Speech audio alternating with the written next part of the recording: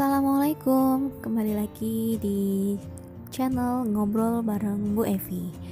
Nah, gimana? Kalian masih semangat untuk belajar menaklukkan soal-soal bahasa Indonesia kan? Pada video kali ini, Bu Evi bakal membahas tentang penggunaan tanda baca pada berbagai jenis kalimat maupun teks.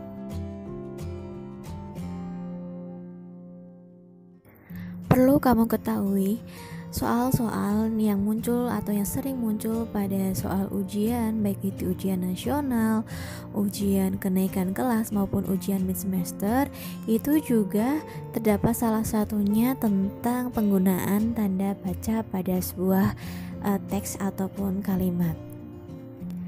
Dan tidak menutup kemungkinan soal-soal semacam ini membuat kalian harus berpikir sangat keras. Apalagi kalian harus dihadapkan dengan penggunaan tanda baca pada sebuah surat, entah itu surat dinas maupun surat formal yang lainnya. Selain itu, penggunaan tanda baca juga sering kita lihat pada tulisan atau dialog dan pada naskah drama maupun naskah cerpen dan lain sebagainya.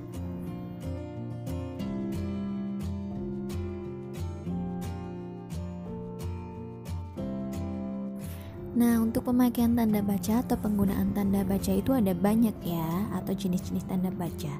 Ada tanda baca titik, koma, titik dua, tanda baca hubung, tanda pisah, tanda tanya, tanda seru, elipsis, petik tunggal, kurung siku, garis miring, dan tanda penyingkat atau apostrof. Lalu apa saja penggunaannya atau bagaimana saja penggunaannya? Nah, jangan kemana-mana, tetap saksikan video ini sampai selesai ya. Dan seperti biasa, bagi kalian yang belum subscribe, silahkan subscribe biar kalian tahu kalau ada informasi atau video-video terbaru mengenai cara atau teknik menaklukkan soal-soal bahasa Indonesia yang lainnya. Dan jangan lupa buat kalian sudah subscribe, di like ya videonya, dan juga bisa kamu share biar nantinya teman-teman kamu juga bisa tahu gimana sih cara menaklukkan soal-soal bahasa Indonesia dengan cepat dan tentunya dengan tepat. Wifi doain buat kamu yang subscribe dan like, juga share bahkan komen. Wifi doain biar kamu itu tambah pinter dan juga kamu bisa menggapai cita-cita kamu dan apapun yang kamu inginkan di dunia ini. Oke?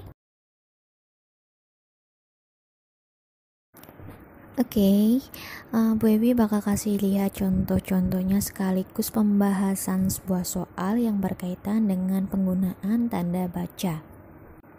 Nah, bisa kalian lihat di layar telepon kalian masing-masing. Di situ sudah ada sebuah teks atau sebuah soal di mana kalian dituntut untuk menentukan penggunaan tanda baca untuk nama sebuah perusahaan yang tepat. Ingat ya, harus teliti baca perintahnya.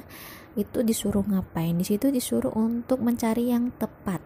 Jadi kamu harus pilih yang benar ya.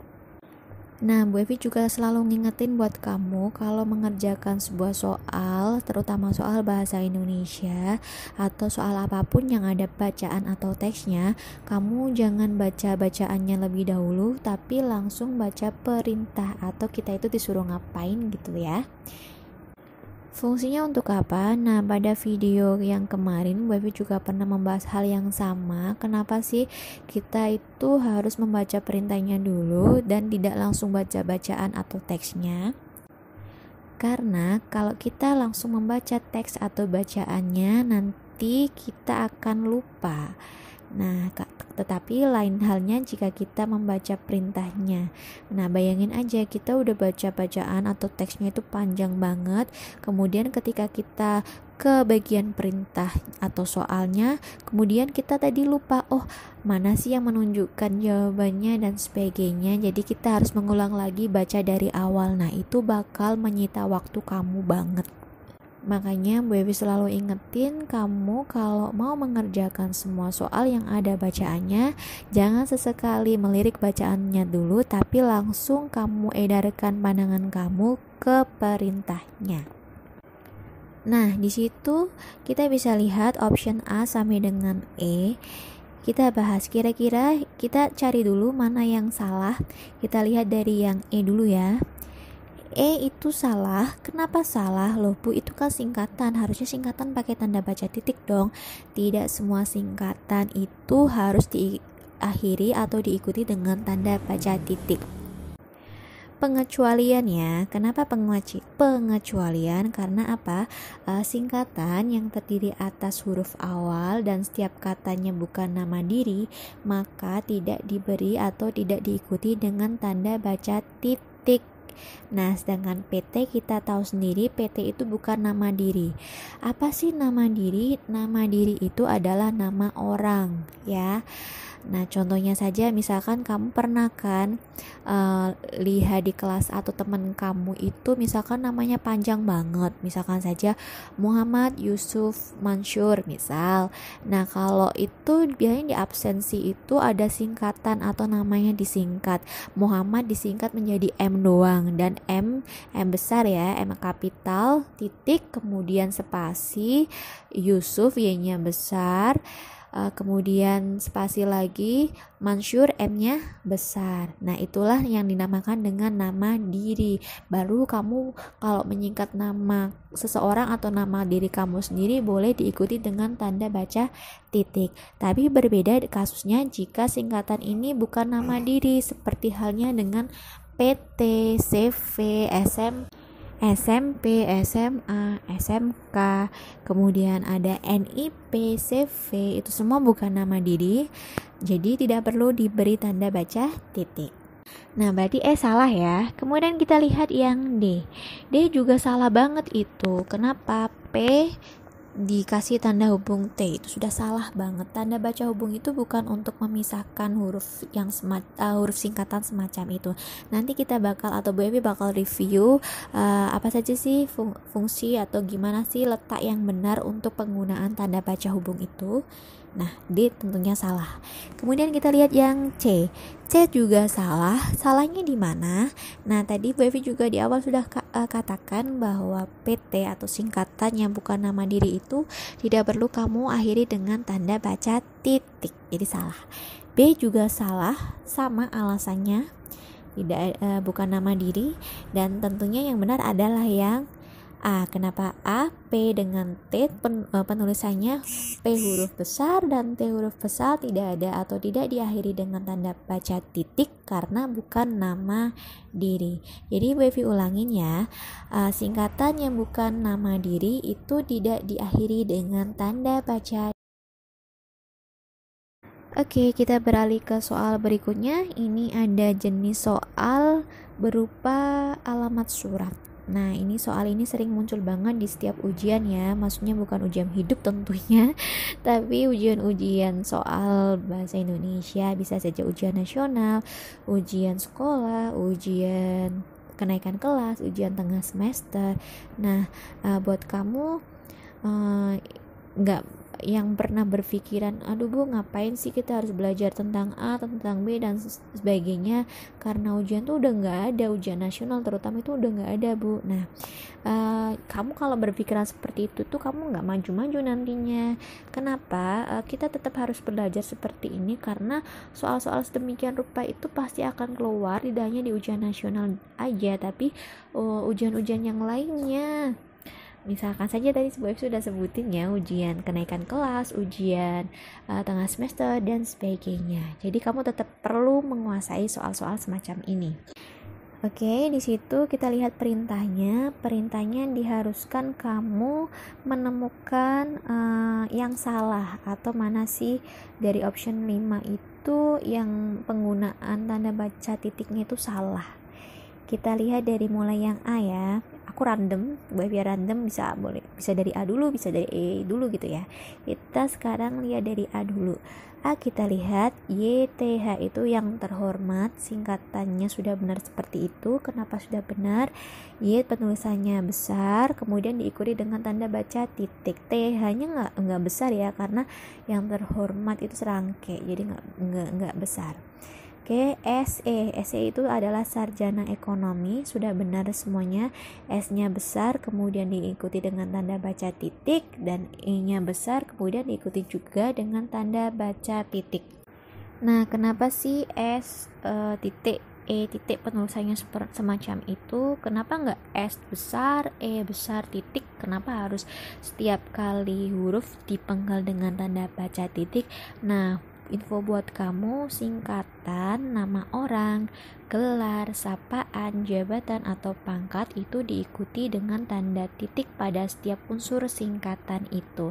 Nah, kamu kan tahu SE itu singkatan dari sarjana ekonomi, di mana dalam sarjana ekonomi terdapat dua unsur, ya kan? Sarjana dan ekonomi. Maka ketika disingkat itu S-nya ditulis kapital, kemudian diikuti tanda baca titik, kemudian ekonominya disingkat E besar atau E kapital dan diikuti dengan tanda baca titik. Jadi yang A sudah benar. Kemudian kita beralih yang B. B itu salah ya. Tapi salahnya cuma satu, masih bisa dimaafkan. YTH-nya sudah benar, penulisan singkatan dan tanda baca titiknya. Yang salah adalah PT-nya. Nah, PT harusnya tidak perlu menggunakan tanda baca titik. Kemudian yang C, kita lihat yang C, S titik E titik sudah benar ya, sudah benar penulisannya seperti itu, sudah seperti yang sudah saya jelaskan tadi di option A. Kemudian Yogyakartanya yang salah ya. Kenapa salah? Kita lihat Yogyakarta itu adalah sebuah nama kota di salah satu Indonesia ya kan. Memang penggunaan huruf awalnya itu benar huruf kapital karena geografi ya, jadi hurufnya kapital, tapi salahnya adalah di situ ada akhiran tanda baca titik. Nah, perlu diingat ya, atau info buat kamu, kalau dalam surat itu tidak perlu diakhiri tanda baca titik apapun, atau tanda baca titik itu tidak dipakai di belakang alamat penerima dan pengirim surat serta tanggal surat ya. Jadi saya ulangi, tanda baca titik. Nah, Bu Evi ulanginya, jadi tanda baca titik itu tidak dipakai atau tidak digunakan di belakang alamat penerima dan pengirim surat serta tanggal surat. Dan kemudian pokoknya pada setiap alamat surat itu tidak diakhiri dengan tanda baca titik apapun. Selanjutnya yang D. Nah, D kita lihat P kapital, titik, T besar, dan titik itu salah ya. Sudah penjelasannya di awal bahwa PT singkatan yang bukan nama diri itu tidak perlu diikuti dengan tanda baca titik. Kemudian Yogyakartanya juga tadi salah ya, harusnya tidak perlu menggunakan tanda baca titik atau tidak diakhiri dengan tanda baca titik. Kita lihat yang E sekarang. S titik E titik itu sudah benar pemakaiannya, dan P besar titik T besar titik itu salah. Tapi di sini yang paling salah adalah yang D. Jadi jawabannya adalah yang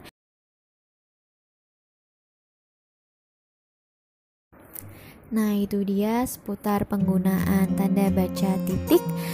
Berikutnya Bu Evi juga bakal review atau ngasih tahu kamu, memaparkan materi lagi tentang penggunaan tanda baca yang lain, insya Allah di lain waktu.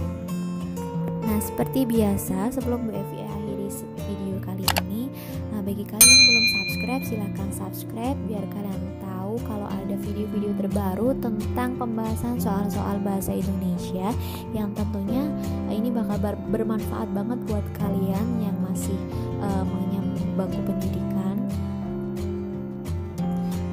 Nah, buat kamu yang kepengen Bu Evi mau review atau mau menjabarin materi tentang apapun, bisa kok, tinggal kalian bisa DM Bu Evi via Instagram yang sudah Bu Evi cantumin di deskripsi. Kemudian bisa juga kamu komen di video ini. Oke, itu saja pembahasan tentang tanda baca titik pada kali ini. Bu Evi pamit undur diri. Jangan sungkan untuk belajar, tetap semangat untuk meraih cita-cita kalian. Wassalamualaikum warahmatullahi wabarakatuh. See you.